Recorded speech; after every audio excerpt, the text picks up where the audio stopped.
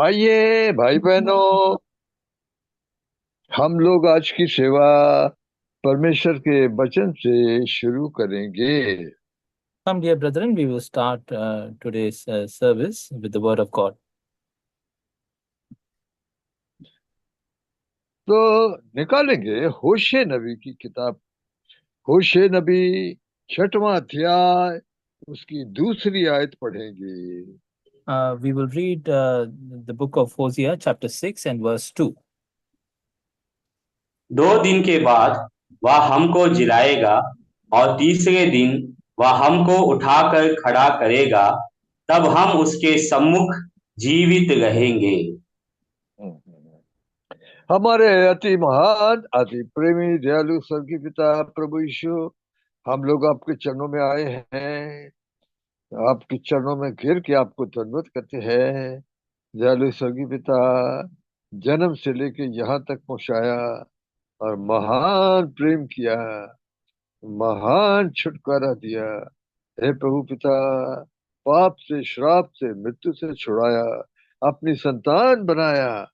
दयालु पिताजी, अपनी संगति में बुलाया और पिता, आपके बड़े कुटुंब में, घराने में बुलाया, आने वाले स्वर्गीय राज में बुलाया। सबके लिए धन्यवाद करते हैं और पिता, यहाँ तक पहुंचा दिया। आज शाम का समय प्रभु आपने दिया है, इस पर आशीष दीजिए। और प्रभु विनती करते हैं, हमारी आवश्यकता आप जानते हैं, इसलिए प्रार्थना करते हैं कि पिता, हमारी आवश्यकता के अनुसार आपका संदेश, आपका वचन आप दीजिए। विनती करते हैं कि विचार और शब्द वो भी आपकी ओर से दिए जाए। और पिता, आपके संदेश को समझने में भी हमारी सहायता कीजिए। विनती सुनिए, धन्यवाद कह कीजिए, प्रभु यीशु के नाम के द्वारा से, Amen. आमीन। प्यारे भाई बहनों, होशे 6 और उसकी दूसरी आयत जो हमने पढ़ी है कि 2 दिन के बाद वो में है हमें चिल्लाएगा, ये इसराइलियों के लिए है।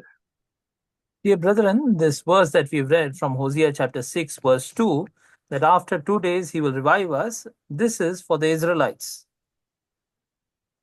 हम जो प्रभु के लोग हैं, हम लोग तो जिलाए गए हैं ऑलरेडी, जैसा कि इफिसियों की पत्री 2 अध्याय उसकी पहली आयत में आता है। We who are believers and have accepted the Lord, we have already been revived, as it is written in Ephesians chapter 2, verse 1. पढ़ देंगे इफिसी 2 उसकी पहली आयत। उसने तुम्हें भी जिलाया जो अपने अपराधों और पापों के कारण मरे हुए थे। तो होशे की किताब में परमेश्वर ये बोले हैं कि इसराइलियों के लिए है कि जो मरे पड़े हैं आत्मिक रूप से, तो उनको प्रभु जिलाएंगे।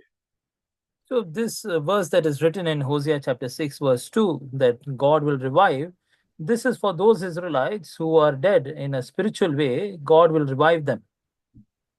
अब ये जो 2 दिन आया है बाइबल में, हम जानते हैं कि प्रभु के दास पतरस ने दूसरा पतरस 3 अध्याय उसकी 8वीं आयत में ये बात बताई कि परमेश्वर के यहाँ एक दिन 1000 साल के बराबर है। We know that the servant of the Lord Peter in 2 Peter chapter 3 verse 8 has told that in the sight of the Lord 1 day is as good as 1,000 years. तो हम देखते हैं कि ये यहूदी या इसराइली लोग करीब 2000 साल से आत्मिक रूप से मरे पड़े। So we see that these Israelites, for almost 2,000 years, they are spiritually dead. यही बात अगर आपने यहेजकेल का 37वां अध्याय पढ़ा होगा, जिसमें परमेश्वर ने अपने दास को एक तराई में ले गए, यहाँ बहुत सूखी हड्डियां पड़ी थी। And the same thing you will find in the book of Ezekiel chapter 37, where God took his servant in the valley where there were many dry bones. वो हड्डियां, एचकेल 37 जरूर पढ़िएगा। वो हड्डियां बहुत ही सूखी थी, क्योंकि वो बहुत समय से सूखी पड़ी थी। Please do read Ezekiel 37. But those dry bones, they were dry because they were dry for a very long time. तो ये एक बड़ी मुख्य भविष्यवाणी है कि 2 दिन के बाद परमेश्वर ये इसराइली जो मरे पड़े हैं उनको जिलाएंगे। So this prophecy is a very big prophecy that God will revive these Israelites who are as dead. हम कह सकते हैं कि सन एडी 70 से लेके और आज तक इसराइली मरे पड़े हैं। We can say in one way that from AD 70 till almost today, the Israelites are spiritually dead. भले परमेश्वर इतने लंबे समय के बाद इसराइलियों को, यहूदियों को उनके देश में वापस तो ले आया है, पर वो अभी भी आत्मिक रूप से मरे हुए हैं। Although the Lord has brought these Israelites after a very long time into their own place and made a nation of them again, but in a spiritual way, they are still dead. लेकिन अब समय आ गया है कि वो आत्मिक रूप से जिलाए जाएंगे। But now the time has come that they would be also spiritually revived. तो ये 2 दिन का टाइम, मतलब 2000 साल का टाइम बीत गया है। So when it says 2 days, that means 2000 years. These 2000 years has already passed by. अब याद रखिए, इसराइलियों का आत्मिक रूप से जिलाया जाना और जो परमेश्वर के लोग, विश्वासी भाई जो मर गए, उनका जिलाया जाना भी एक ही टाइम में मालूम पड़ता है। Now, please understand that the Israelites being spiritually revived and those that have died in Christ, for them also to be revived again, both of these things will happen together at the same time, as we understand. ये बात हमको Romeo की किताब, उसका 11वां अध्याय और उसकी 15वीं आयत में मिलता है। इसको पढ़ देंगे, रोमी 11 का 15। We find this in Romans chapter 11, verse 15.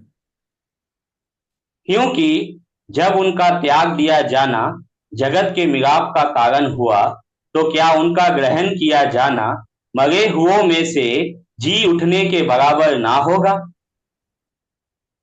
हाँ, जब इसराइलियों को परमेश्वर ने बाईपास कर दिया और अपने चेलों को बोला कि अब इनको छोड़ो, अन्य जातियों में जाओ, तो अन्य जातियों को उनका त्याग दिया जाना अन्य जातियों के लिए आशीष का कारण हुआ।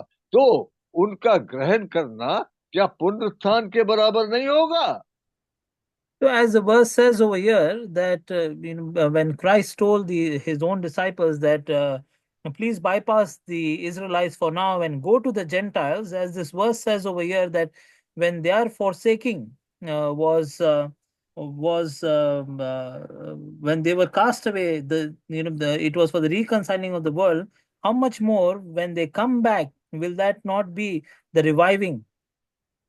इसका मतलब ये है, प्यारे भाई बहनों, कि इसराइलियों का आत्मिक रूप से जिलाया जाना और प्रभु के लोगों का पुनरुत्थान, जिसको पहला पुनरुत्थान बोलते हैं, जिसको परमेश्वर के दास पौलुस ने पहला थिस्सलुनी 4 के 16 में बताया, उसका भी समय आ गया।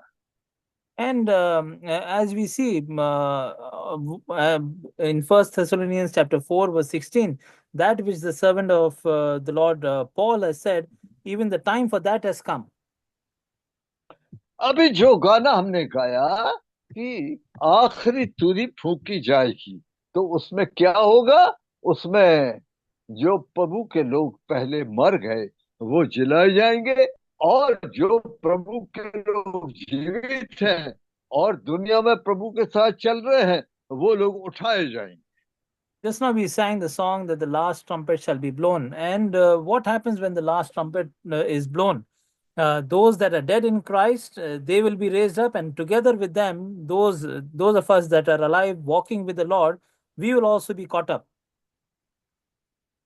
ये दोनों घटनाएं 2 दिन के बाद होना है। Both these things need to happen or will happen after 2 days. माने इस्राएली लोग जो आत्मिक रूप से मरे पड़े हैं, आत्मिक रूप से उनका जिलाया जाना, और जो परमेश्वर के लोग जो दुनिया में चल रहे हैं उनका उठाया जाना, और जो प्रभु के लोग पहले मर गए उनका जिलाया जाना। So the Israelites that are spiritually dead, their revival, and also those of us that are walking with the Lord, they being caught up, and the people of God that have already died in Christ, they being revived again, all of this is going to be happening together.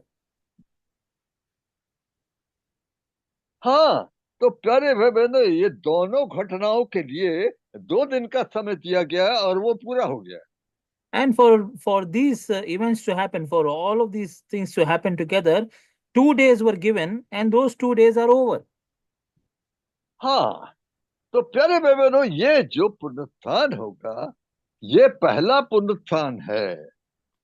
And dear brethren, this resurrection that is going to happen is the first resurrection. अब आप जानते हैं कि परमेश्वर के वचन में कम से कम 2 पुनरुत्थान का बयान आता है। And you know that in the word of God, there is at least 2 resurrections that have been mentioned.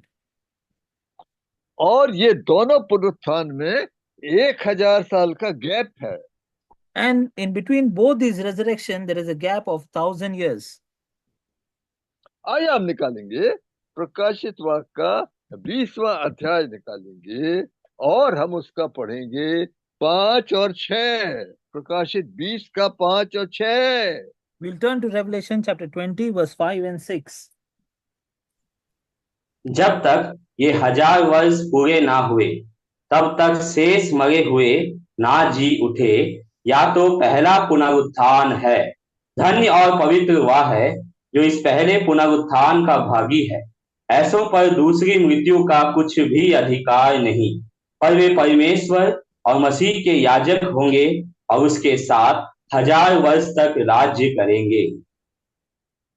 अब याद रखिए कि प्रभु यीशु ने विश्वास करने वालों के लिए ये वायदा किया है कि प्रभु उनको जिलाएंगे।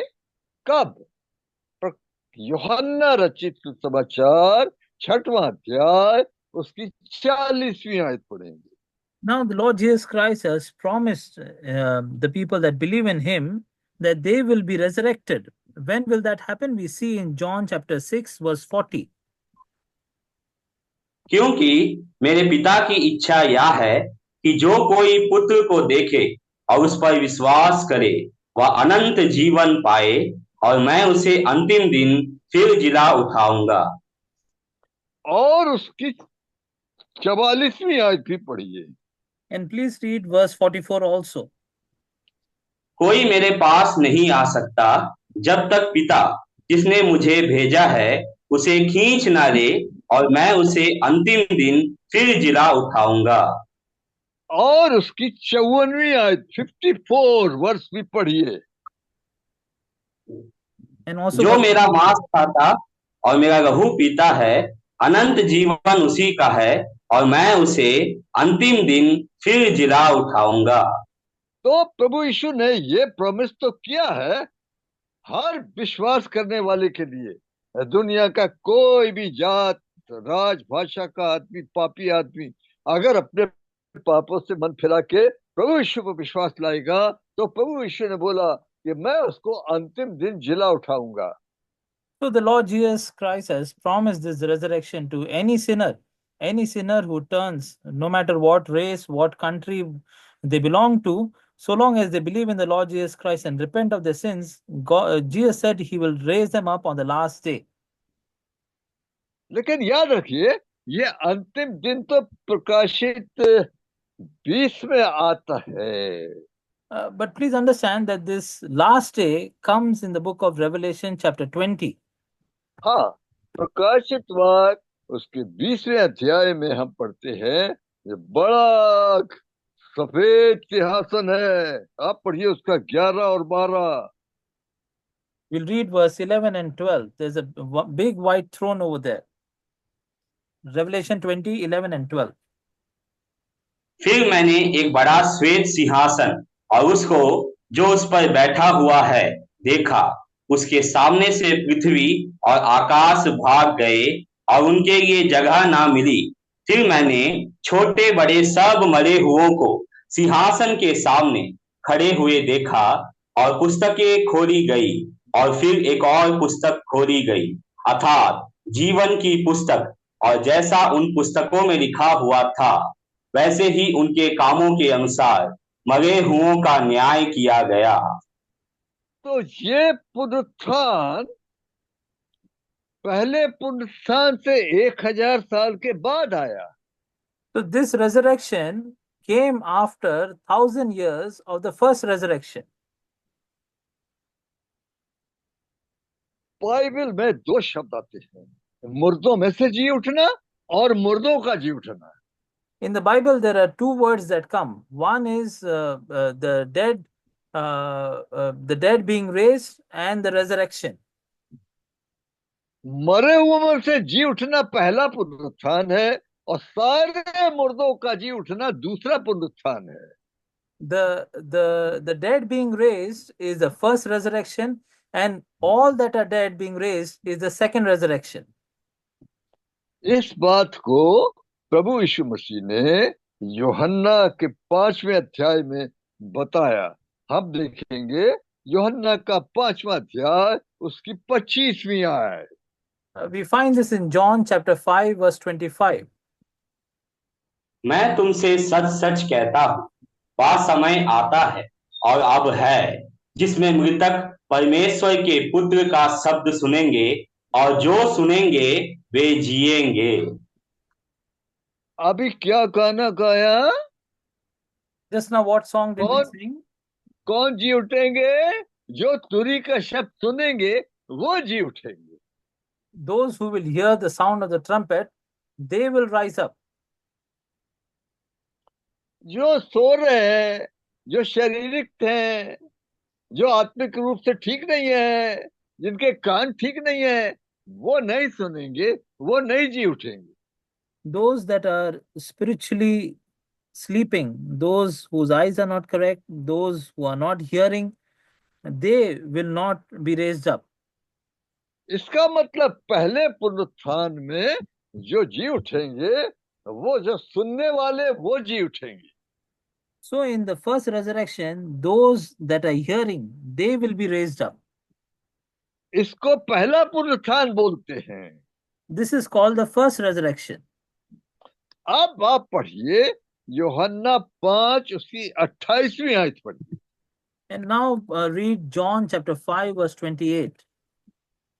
इससे अचंभा मत करो, क्योंकि वह समय आता है कि जितने कब्रों में हैं वे उसका शब्द सुनकर निकल आएंगे। सब सब धर्मी अधर्मी सब जी उठेंगे, याद रखिए। So this is where all, whether they are righteous or unrighteous, all of them will be raised again. They will be resurrected again.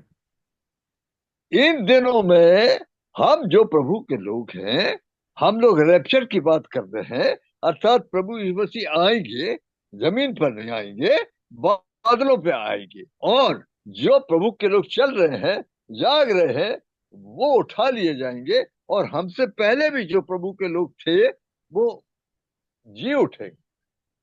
In these days, we are talking about the rapture and about the coming of the Lord, not on the earth, but in the sky.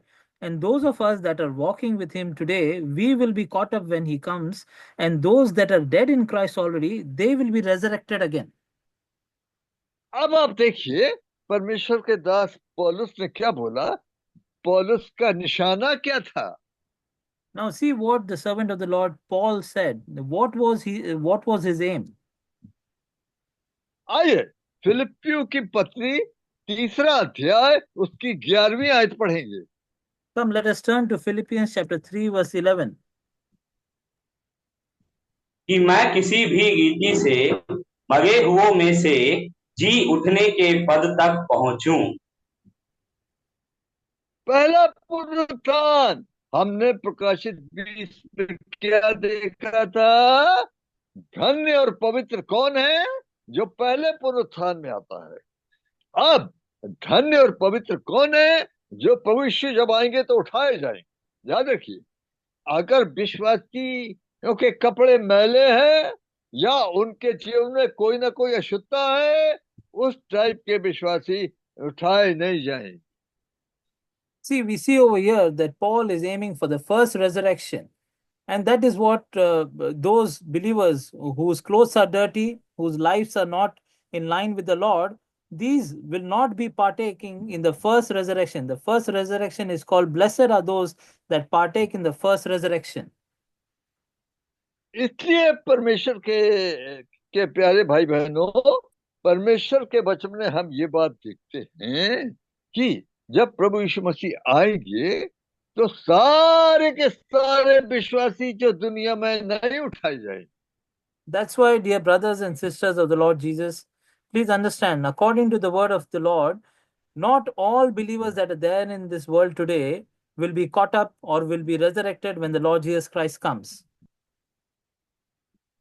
क्या प्रभु यीशु मसीह ने इसके बारे में चेतावनी नहीं दी क्या है? Did the Lord not warn about this? क्या लूका 21 के 36 में प्रभु ने क्या बोला? पढ़ देंगे, लूका 21 उसकी 36वीं आयत। See what the Lord said in Luke chapter 21 and verse 36. इसलिए जागते रहो और हर समय प्रार्थना करते रहो कि तुम इन सब आने वाली घटनाओं से बचने और मनुष्य के पुत्र के सामने खड़े होने के योग्य बनो।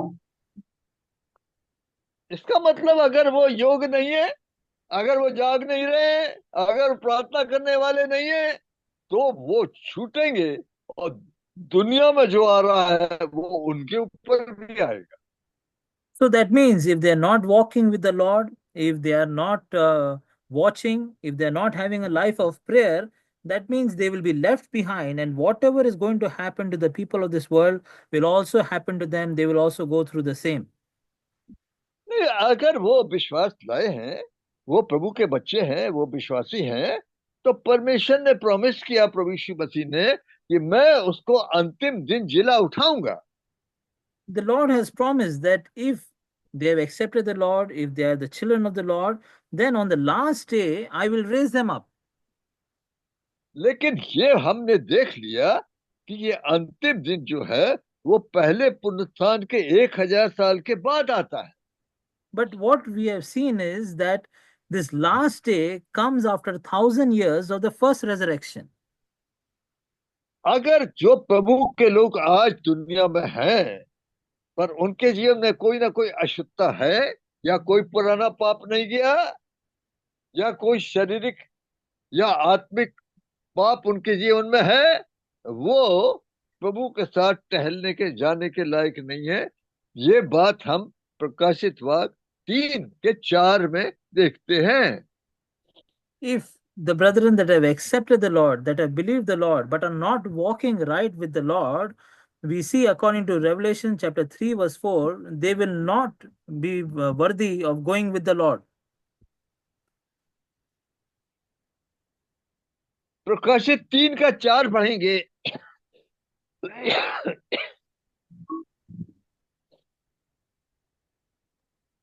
और हाँ, सरदीस में तेरे यहाँ कुछ ऐसे लोग हैं जिन्होंने अपने अपने वस्त्र अशुद्ध नहीं किए, वे श्वेत वस्त्र पहने हुए मेरे साथ घूमेंगे क्योंकि वे इस योग्य हैं।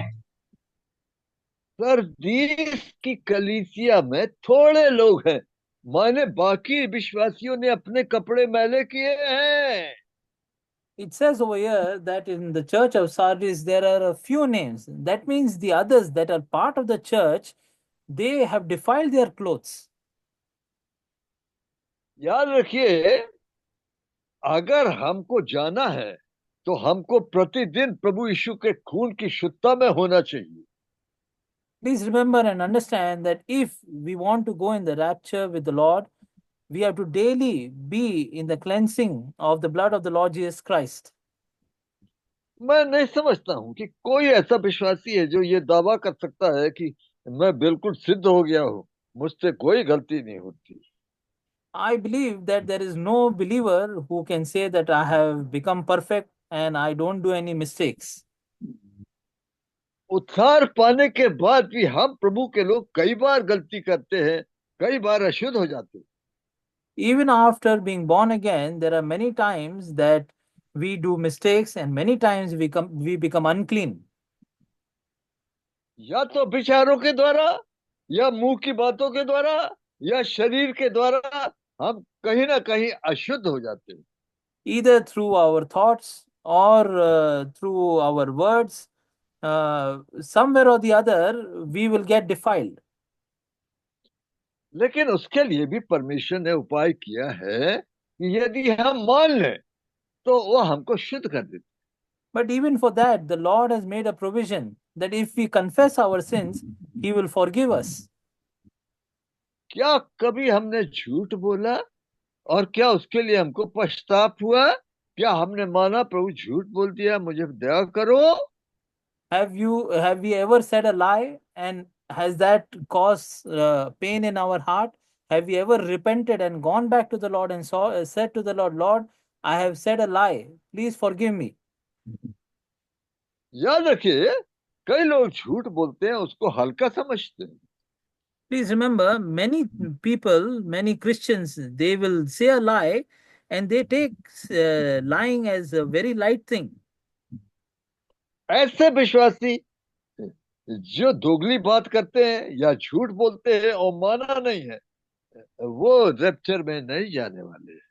Such kind of believers that are lying and that have double life, and if they have not confessed this sin and not repented of it, they will not go with the Lord. देखिए, प्रकाशित वाक्य निकालेंगे, प्रकाशित वाक्य का 21वां अध्याय, उसकी 27वीं आयत पढ़ेंगे। Come, let us turn our Bibles to Revelation chapter 21 and verse 27. परंतु उसमें कोई अपवित्र वस्तु या घृणित काम करने वाला या झूठ का गढ़ने वाला किसी रीति से प्रवेश ना करेगा, पर केवल वे लोग जिनके नाम मेमने के जीवन की पुस्तक में लिखे हैं। तो याद रखिए, इन दिनों में हम लोगों को अपने वस्त्रों की कैसी चौकसी करना चाहिए।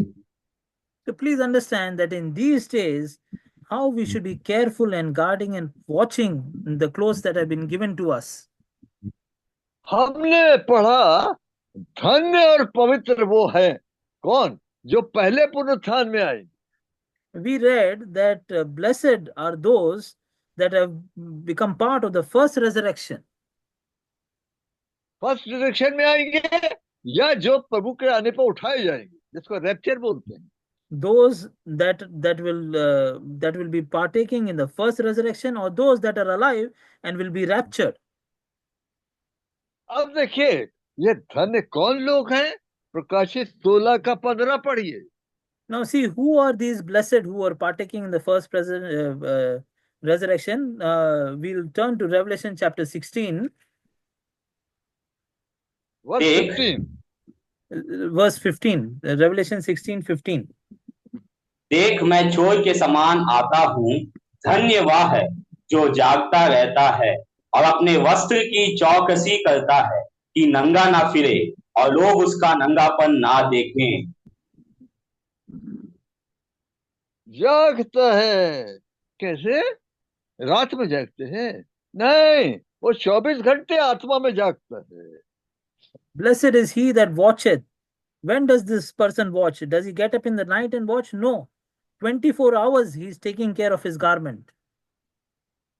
क्या हमको अपने जीवनों में परमेश्वर की उपस्थिति नहीं मालूम पड़ती? Do we in our lives do not recognize the presence of the Lord? लिखा, क्या तुम नहीं जानते कि तुम परमेश्वर का मंदिर हो, परमेश्वर का आत्मा तुम में बसता है?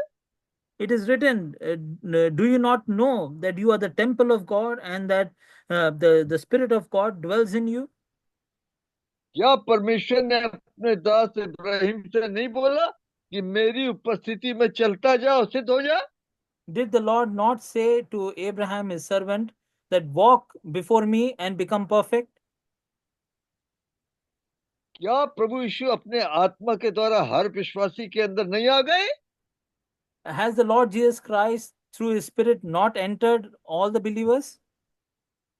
हम लोगों को शरीर के अभिलाषों के ऊपर जय देने के लिए, हम लोगों को चलाने के लिए, क्या प्रभु अपने आत्मा के द्वारा हमारे भीतर नहीं आए? Did the Lord to not come inside us?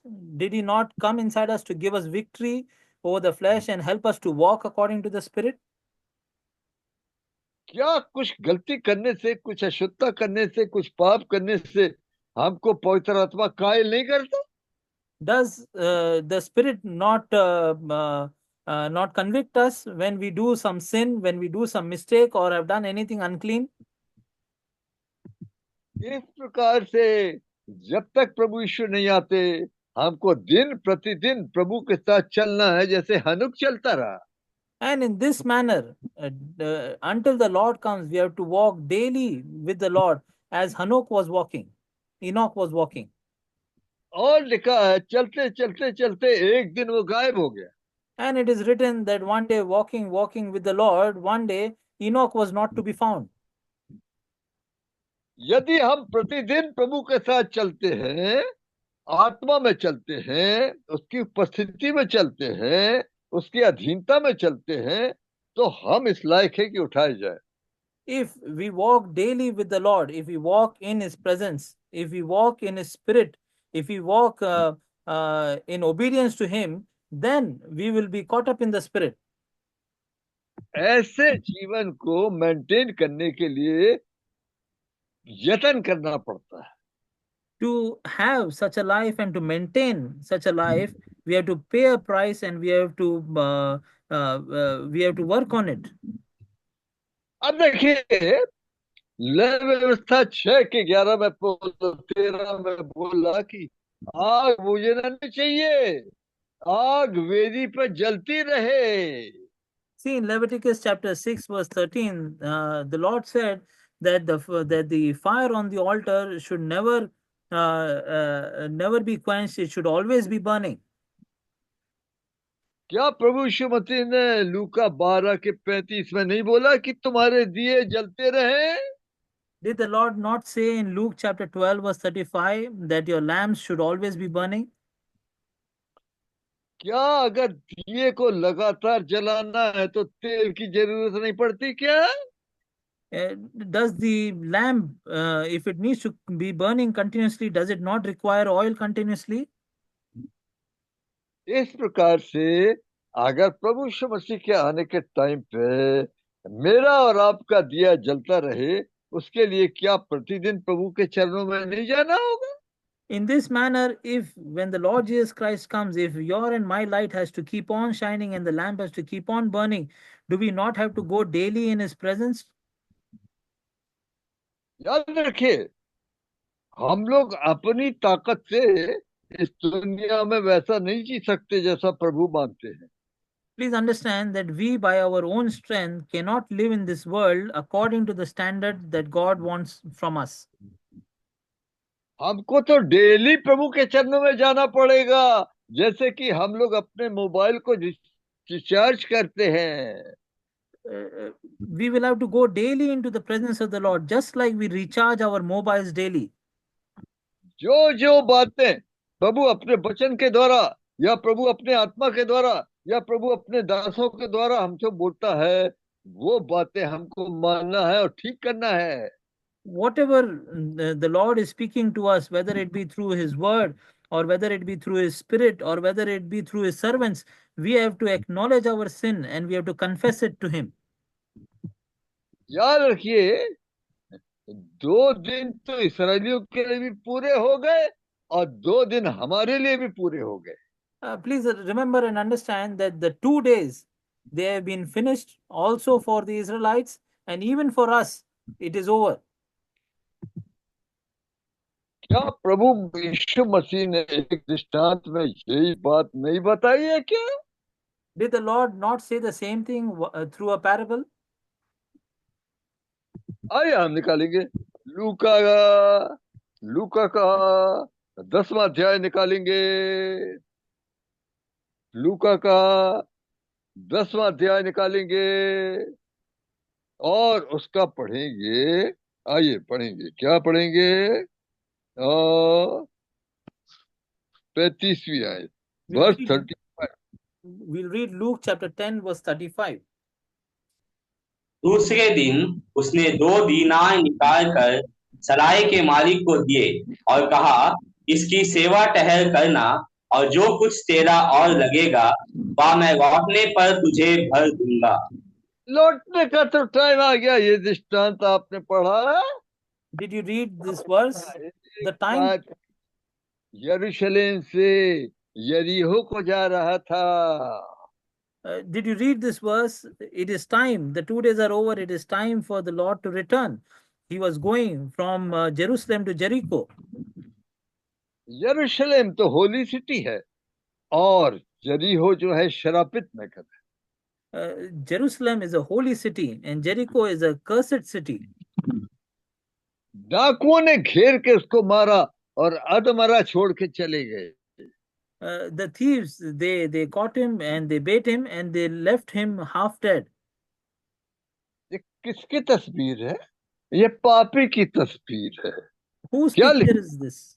हाँ, This is the picture of a sinner. अब देखिए यशायाह के पहले अध्याय में आइए।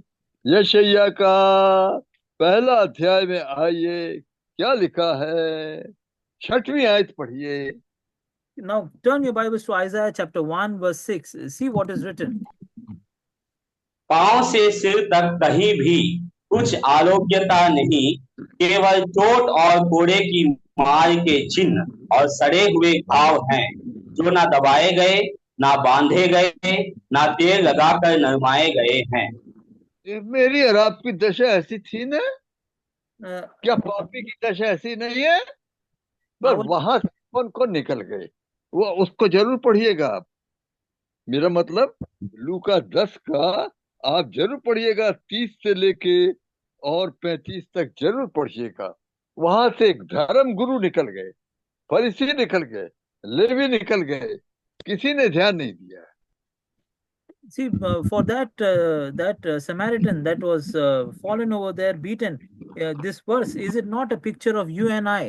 And at that time, when that man was fallen in that place, the Levites and the priests and the others, they all passed by. अब लिखा हुआ है लूका 10 के 33 में एक सामरी यात्री वहां निकला। It is written over there in Luke chapter 10 verse 33 that there was a Samaritan that came by. क्या फरीसियों ने और यहूदियों ने प्रभु यीशु को नहीं बोला कि तू सामरी है, तेरे अंदर दुष्ट आत्मा है? Did the Pharisees not say to Jesus that you are a Samaritan, there's an evil spirit in you? उस सामरी स्त्री ने वो जो घायल पड़ा हुआ था उसके घाव में तेल और दाखरस डाला, पट्टियां बांधी, अपनी सवारी पर बिठा के सराय में ले गया। That Samaritan picked up this man that was wounded and fallen, and he put ointment to him and took him on his own donkey to the inn. अच्छा, सराय क्या चीज है बाइबल में? जब प्रभु यीशु जिस पापी को बचाते हैं तो सराय में ले जाते हैं। Now, what is this inn? Whenever the Lord Jesus Christ saves a sinner, he takes the sinner to the inn. सराय तो प्रभु की कलीसिया है। The inn is the church of the Lord Jesus. आइए पढ़िए प्रेरितों के काम 2 अध्याय उसकी 47वीं आयत, verse 47। Come, let us read Acts chapter 2 verse 47. और परमेश्वर की स्तुति करते थे और सब लोग उनसे प्रसन्न थे, और जो उद्धार पाते थे उनको प्रभु प्रतिदिन उनमें मिला देता था। अच्छा, हिंदी में लिखा उनमें मिला देता था, पर अंग्रेजी में लिखा है the Lord added unto the church. जो उद्धार पाते थे उनको प्रभु कलीसिया में ले आते थे। It is written that all those that were saved, they were added to the church. God would bring them, Jesus would bring them to the church. तो लूका 10 में जो सामरी यात्री घायल आदमी को उठा के सराय में लाया और 2 दीनार निकाल के दिया और बोला, लौटने पे तेरे को जो लगेगा मैं और दे दूंगा। So the Samaritan man picked up this wounded man, brought him to the inn, and gave 2 denarii and said, "If you, when I return, if there is anything more, I will give you that also to take care of this man."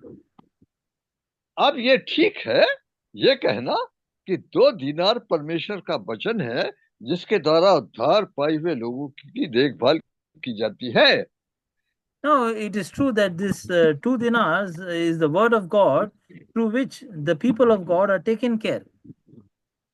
लेकिन 2 दीनार क्या 2 दिन को नहीं बताते? But does the 2 denarii not show 2 days? क्या इसका मतलब ये नहीं कि प्रभु यीशु 2 दिन के बाद आएंगे?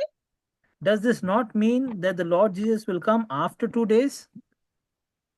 क्या पतरस की पत्री में नहीं लिखा है कि जब प्रधान रखवाला आएगा तो तुमको इनाम देगा?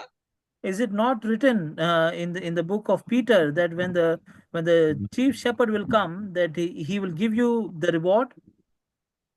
आइए, पहला पतरस 5वां अध्याय 4 और 5। Come, let us पहला turn to 5वां अध्याय 3 और 4। let us turn to 1 Peter chapter 5 verse 3 and 4. जो लोग तुम्हें सौंपे गए हैं उन पर अधिकार ना जताओ, वरन झुंड के लिए आदर्श बनो। जब प्रधान रखवाला प्रकट होगा तो तुम्हें महिमा का मुकुट दिया जाएगा जो मुरझाने का नहीं। याद रखिए, हम मेरे और आपको कोई ना कोई सेवा नहीं दी गई है क्या? Now please understand, are you and I not given some or the other service to do? क्या आपको मेरे को समझ में नहीं आ रहा कि प्रभु ने क्यों मुझे बचाया, मैं क्या कर सकता हूँ? Are you and I not able to understand why the Lord has saved us? What is it that I can do for the Lord? वह सराय वाले को 2 दीनार दे के गया, बोला लौटने पे तेरा जो लगेगा मैं दूंगा। He gave to the person of the inn, the in charge, he gave 2 denarii and said, when I return, whatever more you need, I will give you that also. 2 दिन पूरे हो गए, 2 days are over. इसराइलियों के लिए भी पूरे हो गए और प्रभु की कलीसिया के लिए भी 2 दिन पूरे हो गए। It is complete. The 2 days are over for the Israelites also, and also for the church of the Lord Jesus. तो प्रार्थना करिए इन भेदों को समझने में, ताकि हम तैयार हो जाए।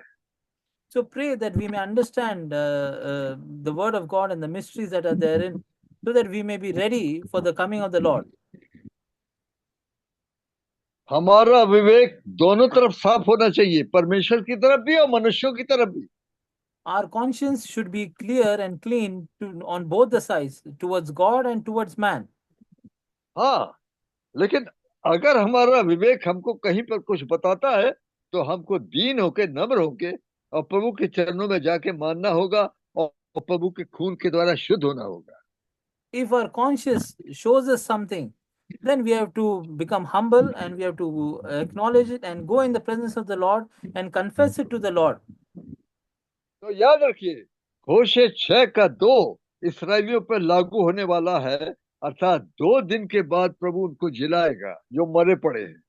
So please remember that Hosea chapter 6 verse 2 is going to be applicable very soon to the Israelites. That is, that after 2 days, he will revive them again. हम तो मरे पड़े थे, हम तो जिलाए गए। इफिसियों की पत्री 2 अध्याय उसकी 1 आयत के अनुसार We were already dead in sin and we have been revived according to Ephesians chapter 2 verse 1. अब हमको जो प्रभु ने दिया उसके आने तक थामे रहने का है। And now whatever the Lord has given to us, we have to hold fast to that till he returns. Bible की भविष्यवाणियां और दुनिया में जो घट रहा है, वो यही बता रहा है कि रात बहुत बीत गई और सुबह होने वाला है। The prophecies of the Bible and what is happening in the world, if you look at that, one thing is clear, that the night is far spent and the day is about to begin. तुरही फूकने वाली बजने वाली है, पर जागने वाले ही सुनेंगे। The trumpet is soon going to be blown, but only those that are awake will hear that. याद रखिए, इसलिए वचन में लिखा है, इस समय को पहचान के अब सब ठीक ठाक कर लेने का टाइम है, हमको दिया गया है। That's why in the word it is written that we must look at the time, redeem the time, and make everything proper. This time has been given to us for that. तो लिखा, जो तैयार थे वो चले गए और दरवाजा बंद हो गया। It is written that those virgins that were ready, they went with the Lord, and then the door was shut. प्यारे भाई बहनों, आज हम लोग यहीं तक रहेंगे, और अगर प्रभु मौका देगा तो फिर हम इकट्ठे होंगे। तो प्रभु अपने वचन के ऊपर आशीष दीजिए। Dear brethren, for today we will be only till here, and if the Lord gives us the opportunity again, we will meet again and discuss on the same things. May the Lord bless His word.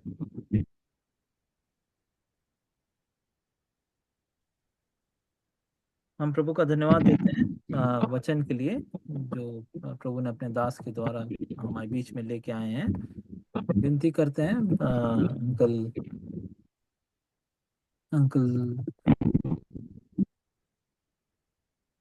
हम विनती करते हैं, अगर uncle Yashwant call पे हैं तो वे प्रार्थना करें, और फिर भाई जी के जॉनसन से विनती है, अंकल जी के जॉनसन से, कि वे बेनेडिक्शन दे।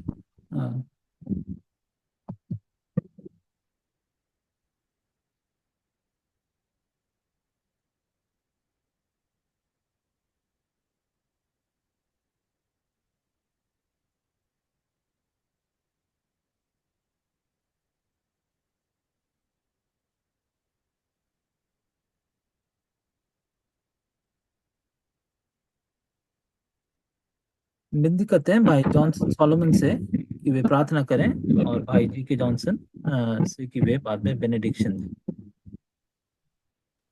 भाई शरद भट्ट हो ना, ब्रदर शरद भट्ट है वहाँ पर? नहीं दिख रहे हैं लिस्ट में। बोलिए, नाम तो बोलिए आपका। अंकल शरद भट्ट अंकल। चलो ठीक है, मैं कर देता हूँ। हम अपने उद्धारकर्ता प्यारे प्रभु यीशु मसीह के नाम से अपने पिता परमेश्वर के बड़े अनूर के सिंहासन के सामने आते हैं, और हम बहुत परमेश्वर आपके आभारी और धन्यवादी हैं इतने सुंदर वचन के लिए जो आपके दास के द्वारा मिला है। अंतिम दिनों में हम चल रहे हैं प्रभु जी। 2 दिन हमारे भी पूरे पराया होने पर आ गए, और 2 दिन इज़राइल के भी पूरे होने पर आ गए। पिताजी, आप अपने काम को करने वाले हैं। इज़राइल के गिरने से अनजातियों के लिए आशीष का कारण बना, और इज़राइल के खड़े होने के कारण प्रभु के लोगों का उठाया जाना के लिए भी आशीष का कारण बनेगा। तो प्रभु हमें बड़ा ज्ञान और बुद्धि दें। हम इन अंतिम दिनों में पिता हमारे मुंह को संभाल कर इस्तेमाल करें, यहाँ वहाँ किसी की बुराई और कुछ अशुद्ध बातें ना बोलें, जिससे पिता हमारे वस्त्र मैले हों। तो हमारे मुंह के ऊपर भी अपने दूत का पहरा बिठाइए, ताकि पवित्रता के साथ रह सकें, और हमको बुराइयों से बचाइए प्रभु। पिता परमेश्वर, इसमें भी हमारी बड़ी सहायता करें, कि जैसे तरदीस की कलीसिया में कुछ लोग ऐसे थे जिनके वस्त्र शुद्ध थे, सबके नहीं।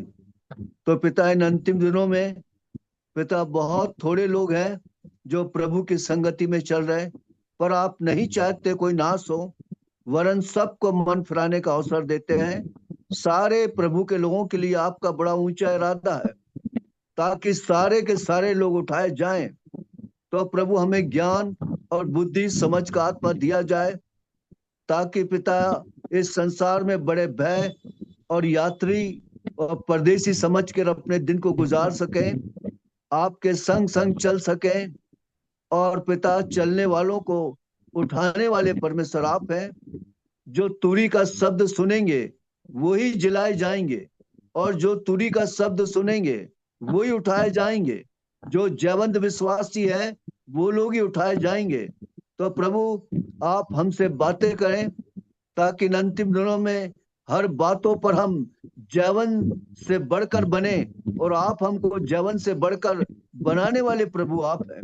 तो पिताजी, हम पिता परमेश्वर आपकी मीठी गहरी संगत में चले, हम अपने दिल दिमाग और विचारों की मसीह यीशु में रक्षा करने वाले बने, और अपने वस्त्र की चौकसी करें कहीं ये गंदा ना हो। तो पिता, यहाँ वहां बुराई करने से भी हमारे जीवनों को बचाइए, जिसके कारण पिता परमेश्वर हमारे वस्त्र अशुद्ध होते हैं। तो प्रभु, हमें अपने लहू की आड़ में छुपाइए। और पिता परमेश्वर, आप दयालु परमेश्वर हैं, अनुकारी परमेश्वर हैं। जहां कहीं हम गिरते हैं पिता, यदि हम अपने पापों को माने तो क्षमा करने विश्वास योग्य सच्चा धर्मी है, और उसका पुत्र यीशु को लहू सब पापों को धोकर साफ कर सकता है, ताकि पिता हम आपके आने के लिए योग बने, और आने वाली घटनाओं से मनुष्य के पुत्र के सामने खड़े होने के योग बने। अयोग नहीं, योगों को योग जो है उनको लेने आ रहे। तो प्रभु, हम सबकी सहायता करें। पिता, दीपक जॉनसन के लिए प्रार्थना करते हैं, भाई जी के जॉनसन लड़के के लिए। प्रभु, अपने घायल हाथ को बड़ा छूकर चंगाई दीजिए। यशाया 53:5, उसके कोड़े खाने से हम चंगे हुए, हमारी चंगाई आपके कोड़े खाने से है। तो प्रभु, भाई दीपक को छूकर संपूर्ण चंगाई दे, और अपनी महिमा और अपने नाम के निमित्त उस जवान को खड़ा करके अपनी महिमा के लिए तैयार करें। पिता, अब तक आपने हमको संभाला, आरंभ संत तक हमारी रक्षा की, और पिता परमेश्वर, और हम भाई इमानुएल की भी बड़ी, इम्मी की भी बड़ी सहायता की, ताकि पिता हिंदी से इंग्लिश में ट्रांसलेट कर सके, रिकॉर्डिंग में सहायता की। मसीह वंदना के है पिता, वो भी जो चलाने वाले हैं प्रभु, उनकी भी आपने बड़ी सहायता की और मदद की। तमाम हम पिता मसीह वंदना के लिए भी दुआ करते और आभारी हैं कि जिन्होंने ये अवसर हमको दिया है, और भी वहां की सेवाओं के ऊपर भी अपनी बड़ी आशीष कुंडेले। पिता, अब तक संभाला, आगे भी संभालिए, और पिता परमेश्वर आपके आने के लिए हमको तैयार करें। ये धन्यवाद और विनती को अपने उद्धार करता प्रभु मसीह के नाम से चढ़ाते सुनो ग्रहण कर, आमीन। अब हमारे पिता परमेश्वर का प्रेम, प्रभु यीशु मसीह का अनुग्रह और पवित्र आत्मा की मीठी और गहरी हमारे साथ और सब प्रभु के लोगों के साथ आज से लेकर युगान युग होते। आमीन। आमीन। आमीन। आमीन।